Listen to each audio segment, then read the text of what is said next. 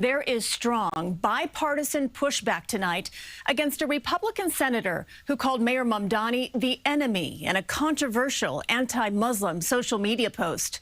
Political reporter Marcia Kramer has this story.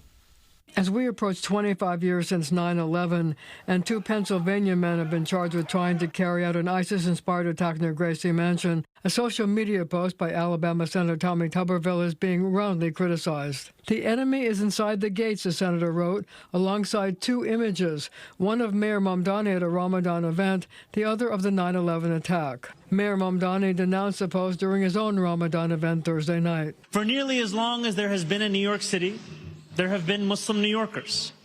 And yet for nearly just as long, those with power and platform have sought to dehumanize us. He is picking up support on both sides of the aisle. It's absolutely unacceptable, period.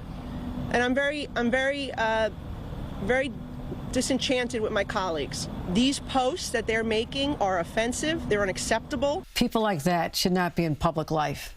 In fact, they are the lowest of the lows. I reject any kind of notion that it's okay in public discourse or even in your own house to not just harbor that hate, but to share it with others. The rise in Islamophobia and anti-Semitism is off the charts.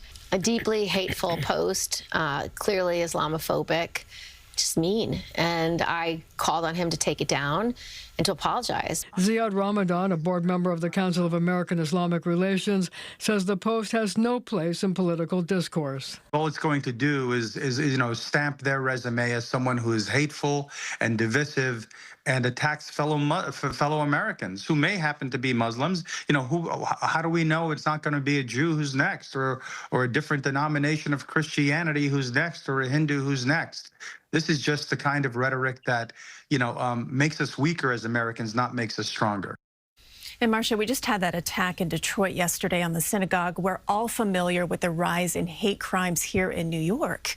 I mean, it's all coming all at once. Well, Ziad Ramadan of CARE said it best. When you normalize hate against one group, it tends to normalize hate against others, and it's a violation of the Constitution's guarantee freedom of religion. And it's not the only person here that we're talking about that's posting these types of things on social media. Well, no, as a matter of fact, Congressman Randy Fine of Florida has also been posting, saying that the idea of why we can't all get along is over and that Muslims should be expelled. Now, those posts are also being denounced tonight and around the country.